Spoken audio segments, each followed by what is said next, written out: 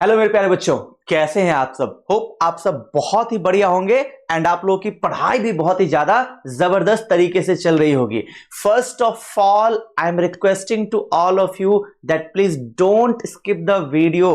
सबसे पहले आप लोगों से निवेदन है, प्लीज इस वीडियो को बिल्कुल भी स्किप ना करें, क्योंकि बाबू आज जो हम पढ़ने वाले हैं ये है आपके क्लास 12 के last unit and the most important unit ecology का first chapter organism and population. ठीक है, जहां से भरपूर मात्रा में क्वेश्चंस आपके एग्जाम में मिलते हैं। ठीक है, हालांकि यहां से इस चैप्टर से स्पेशली ऑब्जेक्टिव थोड़े से कम बनते हैं, लेकिन उन्हीं ऑब्जेक्टिव को वहां पे घुमा घुमा कर पूछ दिया जाता है। इसीलिए बहुत ही सिंपल तरीके से, बहुत ही आसान तरीके से आपको समझाने वाला हूं आज का ये चैप्टर। सो आप लोगों से रिक्वेस्ट है, प्लीज इस वीडियो को बिल्कुल भी स्किप ना करें, वीडियो को पूरा देखें और वीडियो के लास्ट में आपके लिए कुछ बेहतरीन चीजें भी होंगी। ठीक है, चलिए इसी के साथ हम स्टार्ट करते हैं हम अपना आज का जो अपना लेक्चर है, जिसका नाम है इकोलॉजी का first chapter, that is organism and population. ठीक है बच्चों, देखिए आज जो हम चैप्टर पढ़ रहे हैं ऑर्गेनिज्म एंड पॉपुलेशन, उसका फर्स्ट क्वेश्चन ये रहा आपके कंप्यूटर स्क्रीन पर। पहला क्वेश्चन है, पहला क्वेश्चन। ठीक है, पहला क्वेश्चन। हाँ, सभी को good evening, very good evening Riddhi, very good evening Riddhi, very good evening Shivangi, Nitish, Vikas, all of you, very good evening to all of you. ठीक है, सभी को गुड इवनिंग, सभी को एक साथ थॉक में गुड इवनिंग। ठीक है, चलिए आते हैं अपने क्वेश्चन पे। अपना जो पहला क्वेश्चन है, इस पहला क्वेश्चन कह रहा है कि water holding capacity is one of the quality of. Water को होल्ड करने की कैपेसिटी किसके पास है? प्लांट के पास नहीं। अब प्लांट को यदि हम बोले कि भैया तुम 1000 लीटर पानी को स्टोर करो, क्या करेगा? नहीं। तो ना प्लांट के पास ना ही एनिमल के पास। और वाटर को होल्ड करने की कैपेसिटी, मतलब कि वाटर के अलावा ना पूछ रहा है, तो ये भी नहीं। तो वाटर को होल्ड करने की जो कैपेसिटी है ये होती है सॉइल की। ठीक है, याद रखिएगा, मिट्टी में ही ना वाटर होल्ड करता है। मिट्टी पे आप जमीन पे आप कितना भी 1000 लीटर लाख लीटर पानी वहां पे उझिल दो, क्या होगा? वो पानी को होल्ड कर लेगा। ठीक है, पानी उसके अंदर चला जाएगा, यानी कि पानी रहेगा, वो जमीन के पास रहेगा। Clear? So water holding capacity एक क्वालिटी है किसका? सॉइल का। ठीक है, चलिए अगला क्वेश्चन आते हैं। An example of xerophytic adaptation. Xerophytic adaptation, video buffering नहीं हो रहा है? Okay, thank you. देखिए एडेप्टेशन की यदि बात करेंगे तो एडेप्टेशन का मतलब क्या होता है भैया? एडेप्टेशन का मतलब होता है कि किसी इन्वायरमेंट में उसके अकॉर्डिंग अपने आप को एडॉप्ट करके वहां पे सरवाइव करना, रिप्रोड्यूस करना, दैट इज एडेप्टेशन। ठीक है, ये एडेप्टेशन दो प्रकार का होता है। एक होता है जीरोफाइटिक एडेप्टेशन और दूसरा होता है हाइड्रोफाइटिक एडेप्टेशन। ठीक है, एक होता है हाइड्रोफाइटिक एडेप्टेशन, ठीक है, और दूसरा होता है जीरोफाइटिक एडेप्टेशन। क्लियर? हाइड्रोफाइट जो हाइड्रोफाइट होते हैं ये या तो पानी के ऊपर, ठीक है, या तो पानी के ऊपर, या फिर बोले तो पानी में हल्के से डूबे हुए, या फिर पानी में ज्यादा डूबे हुए होते हैं। ये वैसे प्लांट होते हैं हाइड्रोफाइट। और जीरोफाइट, ठीक है, यहां पे लिख देता हूं कंप्लीट और पार्शियल सबमर्ज इन वाटर। ठीक है जी, और ये कहां पे हमें देखने को मिलेंगे? In dry environment. ठीक है, ये हमें देखने को मिलेंगे in dry environment. Clear? Clear है बॉस? क्लियर है? ये बात याद रखिएगा। अब इनके पास जो स्टोमेटा है, इनके पास जो स्टोमेटा है वो ज्यादा होता है। इनके पास स्टोमेटा की यदि बात करेंगे तो क्या होता है, कम होता है। ठीक है, क्योंकि इनके पास इनको क्या होता है, इनको लार्ज अमाउंट ऑफ वाटर की नीड होती है, इनको लेस अमाउंट ऑफ वाटर की नीड होती है। ठीक है, क्योंकि ये ड्राई इन्वायरमेंट में होते हैं। तो यहां पे बोल रहा है कि ज़ेरोफाइटिक एडेप्टेशन का एग्जाम्पल, यानी कि ज़ेरोफाइट प्लांट का एग्जाम्पल यहां पे बोल रहा है, तो वो होते हैं एगेव एंड ओपुंशिया। सो यहां पे ऑप्शन रहा option number C, both A and B. Clear? चलिए अगला question. Mimicry is used for, mimicry का यूज जो किया जाता है वो सर्वाइवल और रिप्रोडक्शन के लिए किया जाता है, अपने आप को सेफ रखने के लिए किया जाता है। सो इसका जो प्राइमरली यूज किया जाता है वो प्रीडेशन और प्रोटेक्शन के लिए, मतलब कि अपना ऑप्शन नंबर हो जाएगा D, both A and B. यहां पे हो जाएगा अपना option number D, both A and B. ठीक है जी, क्लियर है यहां तक? चलिए अगले क्वेश्चन पे आते हैं।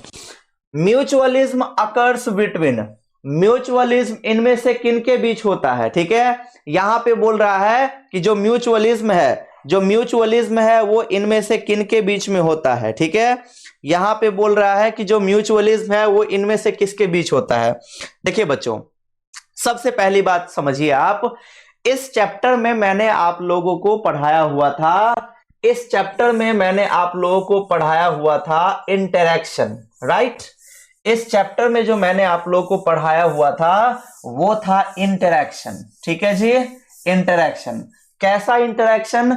वैसा इंटरैक्शन जो ऑर्गेनिजम्स के बीच में होता है, वैसा इंटरैक्शन। ठीक है, वैसा इंटरैक्शन जो कि ऑर्गेनिज्म के बीच में होता है। बहुत सारा इसका इंटरैक्शन मैंने बताया हुआ था, जैसे कुछ एक आध एग्जांपल बता देता हूं। जैसे मैंने बताया हुआ था कि एक स्पेशीज है ये और दूसरा स्पेशीज है ये। क्लियर?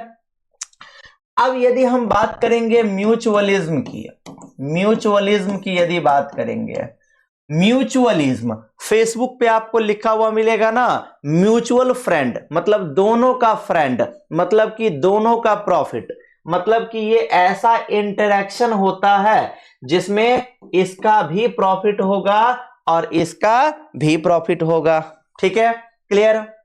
और क्या बताया हुआ था? और बताया हुआ था मैंने कंपटीशन। यदि मान लीजिए कि कंपटीशन हुआ, ठीक है, यदि मान लीजिए कि दो बच्चों का लड़ाई हुआ, तो उसमें क्या हुआ, माना एक को 4 थप्पड़ लग गया, ठीक है, लेकिन ऐसा तो नहीं है दूसरे को एक थप्पड़ भी नहीं लगा हो। ठीक है, मतलब कि जब कंपटीशन होता है तो वहां पे दोनों का ही लॉस होता है। क्लियर? और मैंने क्या बताया हुआ था? और मैंने बताया हुआ था प्रीडेशन। ठीक है, प्रीडेशन पहले के टाइम में सुने हुए होंगे या फिर फिल्मों में देखते होंगे कि जो राजा होते थे, प्रिंस राजकुमार जो होते थे, वो सब शिकार पे निकलते थे। तो जब शिकार पे निकले तो एक का तो प्रॉफिट, प्रिंस ने या फिर राजा ने अपने तलवार से या फिर अपने धनुष से उसको मारा कि अरे भाई मेरा निशाना एकदम बढ़िया है, बढ़िया है, खूब खुशी हुई उनको, तो एक को तो प्रॉफिट हुआ, लेकिन एक का तो जान मारा गया ना। तो इसमें एक स्पेशीज का प्रॉफिट और दूसरे का क्या होता है भैया, लॉस होता है। क्लियर? और मैंने क्या बताया हुआ है? और मैंने बताया हुआ है आप लोगों को पैरासिटिज्म। पैरासिटिज्म किसको बोलते हैं भाई साहब? पैरासिटिज्म मतलब पैरासाइट, मतलब परजीवी। जैसे कि मच्छर की यदि बात करें, हाँ ठीक है, जैसे मच्छर की यदि बात करें तो मच्छर क्या करता है, अपने लोगों से खून चूसता है। क्लियर?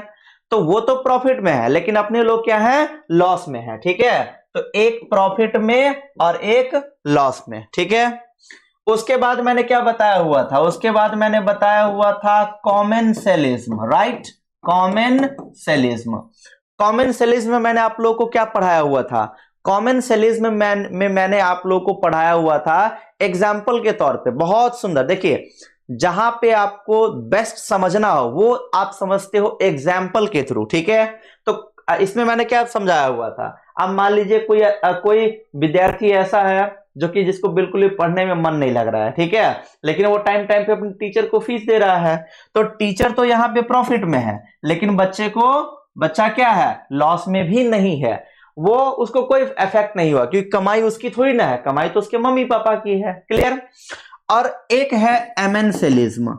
एमेंसेलिज्म किसको बोलते हैं? एमेंसेलिज्म में क्या हुआ, अब बच्चा नहीं पढ़ रहा है भैया, तो बच्चा नहीं पढ़ रहा है तो उसके मम्मी पापा का तो लॉस हुआ, लेकिन बच्चा को कोई प्रभाव नहीं पड़ा।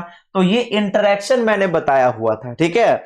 तो उसी में से आपसे जो यहाँ पे क्वेश्चन पूछ रहा है, ये क्वेश्चन पूछ रहा है कि म्यूचुअलिज्म किनके और किनके बीच होता है। तो म्यूचुअलिज्म क्या होता है ये मैंने आपको बता दिया, और किनके किनके बीच होता है, तो ये पहला ही ऑप्शन है, इकोलाई और ह्यूमन, इनके बीच क्या होता है, इनके बीच होता है म्यूचुअलिज्म। क्लियर। चलिए अगला क्वेश्चन, अगला क्वेश्चन पे आते हैं। Which one is a hydrophytic plant?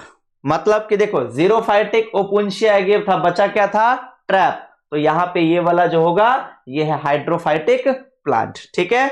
ये क्या है भैया, ये है यहां पे हाइड्रोफाइटिक प्लांट। चलिए अगले क्वेश्चन पे आते हैं, अगले क्वेश्चन पे आते हैं, ठीक है। चलिए अगला क्वेश्चन ये रहा आपके कंप्यूटर स्क्रीन पर, ठीक है। अगला क्वेश्चन ये रहा आपके कंप्यूटर स्क्रीन पर। यहां पे क्या बोल रहा है भैया, यहां पे क्या बोल रहा है, ऑर्टिकोलॉजी किसको बोलते हैं? तो ऑर्टिकोलॉजी वो ब्रांच होता है इकोलॉजी का, जिसमें हम किसी इंडिविजुअल का उसके इन्वायरमेंट के साथ रिलेशन की स्टडी करते हैं, दैट इज ऑर्टिकोलॉजी। क्लियर। चलिए अगला क्वेश्चन, अगला है इकोटोन इकोटोन क्या होता है? क्या वो एक पॉल्यूटेड एरिया है? नहीं। क्या वो लेक का बॉटम बिल्कुल गहरा वाला पोजीशन है? बिल्कुल भी नहीं। A zone of transition between two communities, yes, दो कम्युनिटीज के बीच का जो ट्रांजिशन होता है दैट इज इकोटोन, ठीक है, दैट इज इकोटोन। चलिए अगला क्वेश्चन बताइए, बायोस्फीयर का क्या होगा? बायोस्फीयर इनमें से क्या है, ठीक है। बायोस्फीयर इनमें से क्या है? A component in an ecosystem के अंदर का एक कंपोनेंट? बिल्कुल भी नहीं।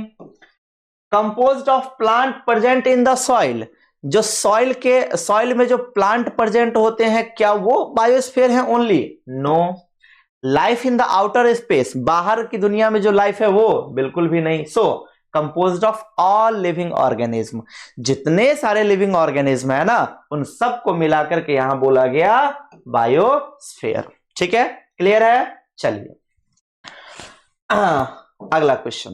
अगले क्वेश्चन पे आते हैं। अगला क्वेश्चन यहां पे क्या बोल रहा है, देखिए अगला क्वेश्चन यहां पे कह रहा है कि अगला क्वेश्चन यहां पे आपको कह रहा है, according to Allen's rule, Allen का रूल कहता है कि the mammal from colder climate have, Allen का रूल क्या, एलन के रूल के बारे में मैंने क्या बताया हुआ था कि वो मैमल जो कि कोल्डर क्लाइमेट में ठंडी जगहों पर रहते हैं, जो ठंडे जगहों पर रहते हैं, उनका कान छोटा होता है और हाथ पांव भी छोटे छोटे होते हैं। क्लियर। बताया हुआ था ना ये मैंने, जब वहां पे आपको अंटार्कटिका के बारे में मैंने बताया हुआ था, पोलर बियर के बारे में मैंने बताया हुआ था, पेंगुइन के बारे में बताया हुआ था, वो ये रहे। क्लियर।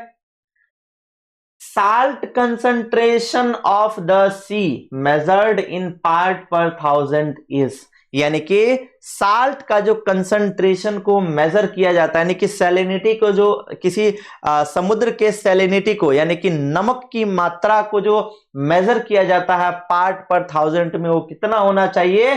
30 to 35, ठीक है, वो होगा 30 to 35। अगला है लाइकेन, क्या बताया हुआ था मैंने, इन्वायरमेंटल पॉल्यूशन इंडिकेटर है, और लाइकेन किसके बीच का एसोसिएशन है? तो एल्गी और फंगी के बीच का एक एसोसिएशन है ये लाइकेन, ठीक है, इस बात को याद रखिएगा। क्लियर है जी। चलिए अगले क्वेश्चन पे आते हैं। चलिए बताइए यहां पे आंसर कीजिए क्वेश्चन नंबर 12। ठीक है, क्वेश्चन नंबर 12। क्वेश्चन नंबर 12 यहां पे क्या कह रहा है, which of the following is a partial root parasite. इनमें से कौन सा ऐसा है जो कि पार्शियल रूट पैरासाइट है, दैट इज मिस्टल 2। क्लियर। अगला क्या है भैया, which one of the following organism produce sexually only once in its life time. ठीक है, ये तो आ रहा है ना प्रॉपर, ठीक है, ओके। सो इनमें से कौन से ऐसे ऑर्गेनिज्म है जो कि अपने जीवन काल में सिर्फ एक ही बार सेक्सुअली रिड्यूस होते हैं, सॉरी रिप्रोड्यूस होते हैं, वो क्या है भैया, वो है बनाना प्लांट, वो है banana plant. An orchid resembling the female of an insect so as to able to get pollinated is due to phenomenon of। यानी कि यदि हम बात करेंगे एक ऑर्किड की, पता चला है कि वो ऑर्किड जो है फीमेल है किसी इंसेक्ट का, सो ये पॉलिनेटेड हो सकता है किस फेनोमेना के द्वारा, स्यूडो कॉपुलेशन के द्वारा। ठीक है। Which mammal excrete solid urine to avoid water loss। इनमें से कौन से स्तनधारी जीव ऐसे हैं जो कि यूरिन जो करते हैं, जैसे अपने लोग यूरिनेशन करते हैं तो किस मीडियम में होता है, लिक्विड मीडियम में, लेकिन वो कौन से मैमल हैं, ऐसे कौन से स्तनधारी जीव हैं जो कि एक्सक्रीट करते हैं अपने यूरिन को सॉलिड के फॉर्म में, जिससे कि वाटर लॉस से बचने के लिए, तो वो है कंगारू रैट। ये जो पेशाब करते हैं ना तो ठोस, ठीक है, सॉलिड के रूप में वो पेशाब होता है। क्लियर। चलिए अगला बताइए, अगला क्वेश्चन आते हैं, और ये रहा अगला क्वेश्चन आपके कंप्यूटर स्क्रीन पर। ठीक है, अगला क्वेश्चन ये रहा आपके कंप्यूटर स्क्रीन पर। क्लियर है जी। चलिए फटाफट से यहां पे आंसर कीजिए, फटाफट से आंसर कीजिए, यहां पे फटाफट से आंसर कीजिए। नीश इज, नीश के बारे में मैंने क्या बताया हुआ था, ठीक है, हैबिटाट जहां पे हम रहते हैं, और नीश मतलब कि जहां पे हम कोई फंक्शन करते हैं, जैसे मान लीजिए कि मेरा घर जहां पे हुआ तो वो हुआ मेरा हैबिटाट, लेकिन मेरा कोचिंग जहां पे हुआ, जहां पे मैं पढ़ाता हूं, वो हुआ मेरा नीश। ठीक है, तो ये जो नीश होता है, ये नीश ऐसा जगह होता है जहां पे कोई दो स्पीशीज के बीच रिसोर्स का शेयरिंग होता है। जैसे मैं पढ़ाता हूं तो मैं बच्चों को नॉलेज देता हूं, और बच्चे या फिर उनके पेरेंट्स जो होते हैं वो उनके एवज में मुझे फी देते हैं। ठीक है, तो हम क्या कर रहे हैं यहाँ पे, रिसोर्स का शेयरिंग कर रहे हैं, तो ये दो स्पीशीज के बीच, तो नीचे का याद रखिएगा। ठीक है। Annual migration does not occur in. Migration होता क्या है, माइग्रेशन होता है जैसे आपका कोई कॉलेज कंप्लीट हो गया है, तो जब आपका कॉलेज कंप्लीट हो गया और आपको फिर दूसरे यूनिवर्सिटी में एडमिशन लेना है, तो आपको मिलता है माइग्रेशन सर्टिफिकेट। मतलब कि ये सर्टिफिकेट ये आपको बताता है कि आप ऑफिशियली इस यूनिवर्सिटी के स्टूडेंट अब नहीं है। क्लियर, पहले थे। तो माइग्रेशन होता क्या है, माइग्रेशन होता है कि जैसे मान लीजिए कि ठंड का मौसम आया, ठीक है, और मैं जिस रूम में रह रहा हूं उस रूम में ठंड ज्यादा लगती है, तो मैं क्या करूंगा, और कोई दूसरा रूम है जहां पे ठंड ज्यादा नहीं लगती, तो मैं इस रूम से शिफ्ट होकर के उस रूम में चला जाऊंगा कुछ टाइम के लिए, दैट इज माइग्रेशन। तो एनुअल माइग्रेशन इनमें से किसमें नहीं होता है, तो वो है सैलेमेंडर। ठीक है।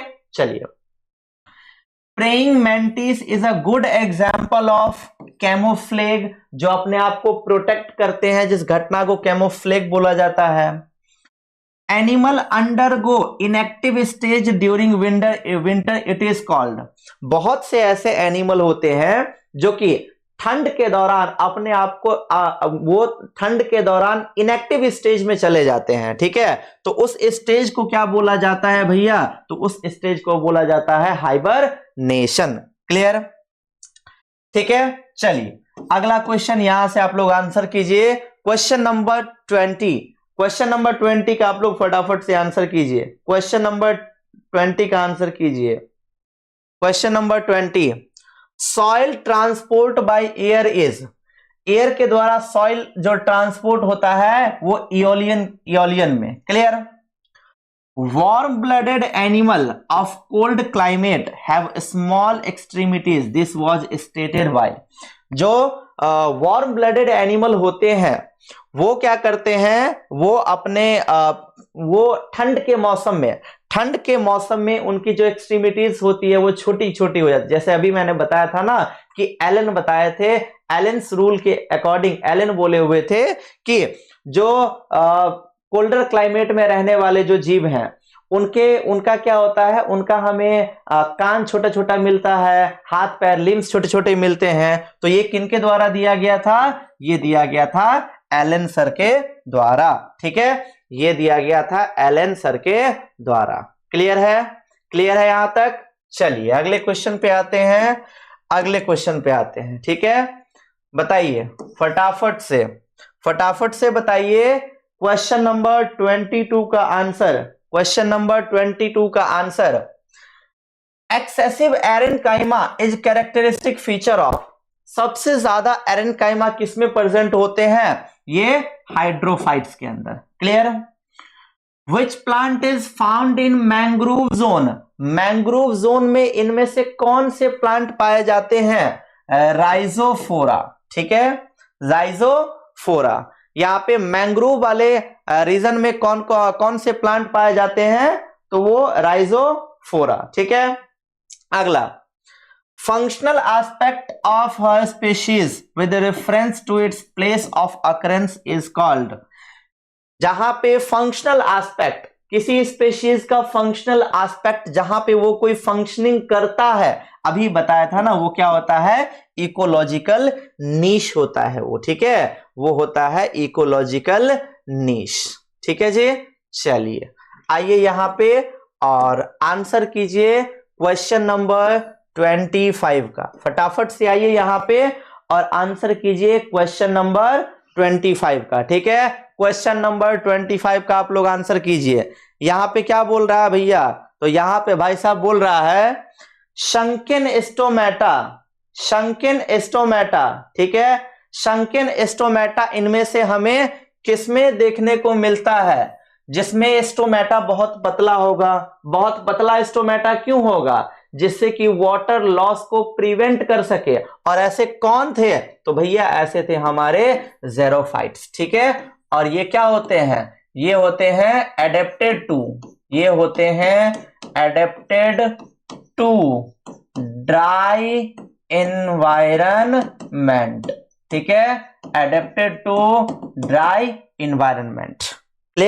क्लियर है? चलिए, name of Ramdev Mishra is associated with which field of research? NCERT के फर्स्ट पेज पे लिखा हुआ है इकोलॉजी। ठीक है, फर्स्ट पेज पे ही लिखा हुआ है इकोलॉजी। ठीक है जी, फर्स्ट पेज पे लिखा हुआ है इकोलॉजी। ठीक है, चलिए अगला है, at which level is natural selection operated to evolve the desired trait? जब हम नेचुरल सिलेक्शन को किस लेवल पे ऑपरेट कर सकते हैं अपने डिजायर्ड ट्रेट के लिए? तो वो क्या होता है भैया? वो होता है पॉपुलेशन लेवल। ठीक है, अगला, What was the reason for co-extinction of 5 closely related species of warblers? Warblers के जो 5 स्पेशीज थे, ठीक है, वो को एक्सटिंक्शन के कारण जो गायब हो गए, ठीक है, उसका कारण क्या था? क्लियर? यानी कि को एक्सटिंक्शन के अंदर का भी पूछ रहा है कि वार्बलर में क्या कारण था। तो यहां पे था रिसोर्स पार्टीशनिंग। ठीक है, रिसोर्स पार्टीशनिंग। क्लियर? चलिए अगले क्वेश्चन पे आते हैं और अगला क्वेश्चन है हमारा यहां पे, हाँ चलिए ठीक है, अगला क्वेश्चन देखिए। देखिए यहां पे, which of the following statement is correct? Incorrect. Temperature is the most important environmental factor. Yes, temperature एक बहुत ही ज्यादा इंपॉर्टेंट इन्वायरमेंटल फैक्टर रियली में है, ठीक है। Temperature decreases from equator towards the pole. मान लीजिए कि ये है हमारा अर्थ, तो ये क्या होगा भैया, ये होगा इक्वेटोरियल प्लेट, राइट। और इसको क्या बोलते हैं, पोलर रीजन, इसको भी बोलते हैं पोलर रीजन, नॉर्थ पोल और साउथ पोल। तो मैंने बताया हुआ था कि ये इक्वेटर के पास वाला जो एरिया होता है ना, इसको क्या बोलते हैं, इसको बोलते हैं ट्रॉपिकल रीजन, इसको बोलते हैं ट्रॉपिकल रीजन, या फिर बोले तो ट्रॉपिक, ठीक है। जब हम इक्वेटर से पोल की ओर जाएंगे, चाहे हम इधर आए या फिर इधर आए, टेम्परेचर वहां पे कैसा मिलेगा, टेम्परेचर हमें कम ही मिलता है। सो ऑप्शन नंबर बी भी हमारा करेक्ट है, ठीक है। Temperature is low at the summit of a mountain, mountain पे टेम्परेचर लो होता है, ये बात भी सच है। Temperature increases with increase in height, no, जब हम हाइट पे जाते हैं, यानी कि जब हम लैंड वाले जमीन वाले एरिया से हाइट पे माउंटेन की ओर जाएंगे, तो वहां पे क्या मिलेगा हमें, वहां पे हमें टेम्परेचर लो मिलेगा, मतलब कि ऑप्शन नंबर सी हो गया अपना करेक्ट, ठीक है। ऑप्शन नंबर सी हो गया यहां पे अपना करेक्ट, ठीक है। चलिए क्वेश्चन नंबर 30 का आंसर कीजिए, क्वेश्चन नंबर 30 का आंसर कीजिए।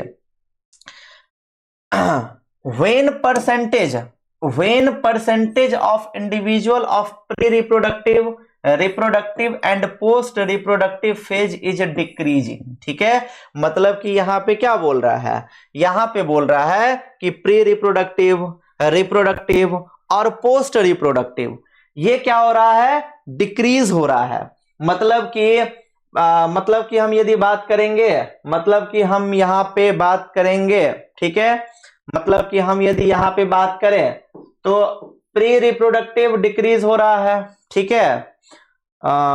प्री रिप्रोडक्टिव, हाँ, ये डिक्रीज हो रहा है, क्लियर। यहां पे देखिए ये डिक्रीज हो रहा है, क्लियर, ये है प्री रिप्रोडक्टिव डिक्रीज हुआ, क्लियर। और फिर पोस्ट रिप्रोडक्टिव, क्लियर, ये क्या हो रहा है, यहां पे डिक्रीज हो रहा है। मतलब कि ये क्या शो कर रहा है, अब देखिए पोस्ट रिप्रोडक्टिव वाले तो बच्चे पैदा नहीं करेंगे, बच्चे पैदा कौन करेंगे, रिप्रोडक्टिव और प्री रिप्रोडक्टिव, ठीक है, ये रिप्रोडक्टिव वाले फेज में आएंगे ही। तो जहां पे ऐसा देखने को मिले, इसका मतलब कि क्या होता है, इसका मतलब होता है कि वहां का पॉपुलेशन एक्सपेंडिंग है, मतलब कि वहां का पॉपुलेशन बढ़ेगा ही बढ़ेगा, ठीक है, वहां का पॉपुलेशन बढ़ेगा ही बढ़ेगा। चलिए अगले क्वेश्चन पे आते हैं। अगला क्वेश्चन क्या कह रहा है भैया, अगला क्वेश्चन कह रहा है अपना यहां पे क्या है अगला question, the value of biological potency is measured by, value हम कैसे मेजर करते हैं, तो वैल्यू मेजर करने के लिए हम ले लेते हैं birth rate upon death rate, इससे हम मेजर करते हैं वैल्यू, ठीक है। चलिए अगला question, which of the following plant produce poisonous cardiac glycoside, ठीक है, यानी कि इनमें से कौन सा प्लांट है जो कि पॉइजनस कार्डिक ग्लाइकोसाइड प्रोड्यूस करता है, तो वो क्या था, बताया भी हुआ था मैंने, कैलोट्रोपिस, ठीक है। चलिए allelopathy is due to the secretion of, allelopathy जो होता है किसके सेक्रीशन के कारण, तो वो टॉक्सिन के कारण, ठीक है। चलिए अगले क्वेश्चन पे आते हैं। अगला क्वेश्चन है हमारा, अगला क्वेश्चन है हमारा वो है क्वेश्चन नंबर 34, ठीक है। जो सबमर्ज्ड प्लांट होते हैं उनमें एस्टोमेटा कहां पे लाई करता है, क्या वो दोनों सरफेस पे, नो, ना ही वो ऊपर पे, ना ही ऊपर पे, ना ही नीचे में, तो किसी सरफेस पे नहीं, क्लियर। अगला द रीजन ऑफ एटमोस्फेयर, यहां पे REGI वाला होगा, तो एटमॉस्फेयर का कौन सा रीजन अर्थ के बिल्कुल पास है? तो अर्थ के सबसे पहले क्या आता है? ट्रोपोस्फेयर। ठीक है जी, ट्रोपोस्फेयर। क्लियर? चलिए अगला है, number of death during a limited time period and place for a particular population is known as death rate, and death rate means mortality. ठीक है, डेथ रेट का मतलब होता है मॉर्टेलिटी। क्लियर? चलिए अगला क्वेश्चन आते हैं। अगला, इन कॉमेंसलिज्म में दोनों बेनिफिट में हो, दोनों both partners are benefited? No. Both partners are harmed? बिल्कुल भी नहीं है। Vehicle is benefited while stranger is unharmed, मतलब कि एक तो बेनिफिट में है और एक को कोई फर्क नहीं पड़ा, मतलब कि अपना ऑप्शन नंबर सी हो जाएगा यहां पे करेक्ट। ठीक है, चलिए अगला आते हैं क्वेश्चन नंबर 38 पे। ठीक है, अगला आते हैं क्वेश्चन नंबर 38 पे। चलिए फटाफट से आंसर कीजिए इसका। क्वेश्चन नंबर 38, क्वेश्चन नंबर 38 क्या कह रहा है भैया? Question number 38, frog feeding on herbivorous insect. जो फ्रॉग है वो हर्बीवोर इंसेक्ट को खा रहा है। ठीक है, मतलब कि 1 2 3 तीसरा लेवल मतलब कि सेकेंडरी कंज्यूमर। ठीक है, अब इंसेक्ट है, ठीक है, ये इंसेक्ट है। अब ये जो इंसेक्ट है ये भी किसी न किसी को तो खाया ही होगा, ये वाला इंसेक्ट। क्लियर? और ये इस इंसेक्ट को किसने खाया है? तो इस इंसेक्ट को खाया है किसने? तो इसको खाया है फ्रॉग ने। क्लियर? जाहिर सी बात है कि ये क्या होगा, ये इसकी यदि बात करेंगे तो ये कहलाएगा प्रोड्यूसर। ठीक है, प्रोड्यूसर। ये दोनों कहलाएगा कंज्यूमर, तो ये हो गया प्राइमरी कंज्यूमर और ये हो गया सेकेंडरी कंज्यूमर। क्लियर? चलिए अगला question, hibernation occurring in certain animal is. ये हाइबरनेशन जो होता है कुछ एनिमल में, ये होता है कैसा भैया? पीरियोडिक। ठीक है, ये होता है पीरियोडिक।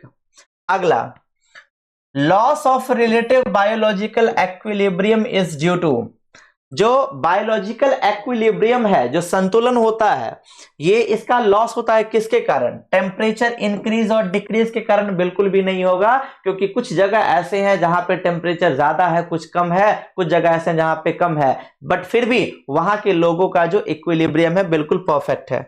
ना ही रेडिएशन, तो बचा क्या यहाँ पे आ गया अपना पॉपुलेशन। ठीक है, यहां पे अपना आ गया पॉपुलेशन। क्लियर है यहां तक? चलिए अगला क्वेश्चन यहां पे बोल रहा है कि एक्सपोनेंशियल ग्रोथ या फिर लॉग का फॉर्मूला यहां पे क्या होगा? ठीक है, लॉग का फॉर्मूला यहां पे क्या होगा? तो बताया हुआ था dn बटा dt बराबर rn, जहां पे n क्या था भैया? तो n था पॉपुलेशन साइज। ठीक है, n था population size, t for time and R for intrinsic rate. ठीक है, R for intrinsic rate. Clear? चलिए, and last question of the chapter that is unrestricted reproductive capacity is. ये होता है बायोटेक पोटेंशियलिटी। और फाइनली हमने अपना इकोलॉजी का फर्स्ट चैप्टर हमने खत्म कर लिया है। ठीक है, साथ ही साथ हमने एक बायोडायवर्सिटी वाला भी चैप्टर हमने खत्म कर लिया। अब बचे हमारा जो इस क्वेश्चन वाले सीरीज का सिर्फ 2 दिन बचा हुआ है, 2 लास्ट क्लास, जिसमें हम पूरे के पूरे सिलेबस को खत्म करेंगे। ऑफिशियली अपना एक ही चैप्टर इकोसिस्टम बचा हुआ है and unofficially ecosystem and environmental issue. ये दोनों ही चीजें बची हुई है। ठीक है, मैंने बोला था कि लास्ट में कुछ आपके लिए कुछ स्पेशल होगा, तो वो स्पेशल आप लोगों के लिए है कि कल के क्लास में, अगले क्लास में हमारा ये सीरीज कंप्लीट हो जाएगा। ठीक है, तो हमने ऑब्जेक्टिव का पूरा सीरीज हमने कंप्लीट कर लिया।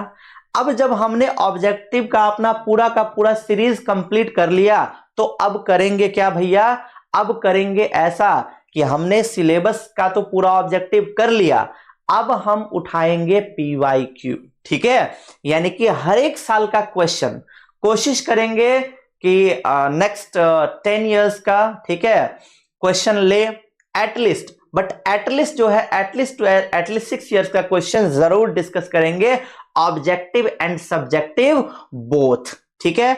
तो अगला जो हमारा 2 क्लास के बाद जो अगला क्लास हम लेंगे, उसमें हम सबसे पहले डिस्कस करेंगे कि जो 2026 का जो गेस्ट पेपर आया हुआ है, मॉडल पेपर आया हुआ है, और साथ ही साथ उसके अंदर कुछ और इंपॉर्टेंट चीजें, तो उनको हम डिस्कस करेंगे अपने उसमें, और उसके बाद हम करेंगे 2025 का क्वेश्चन, फिर करेंगे 2024 का क्वेश्चन, फिर करेंगे 2023 का क्वेश्चन, 2022 का क्वेश्चन, 2021 का क्वेश्चन, 2020 का क्वेश्चन, इतना तक हम एटलीस्ट करेंगे ही करेंगे, ठीक है।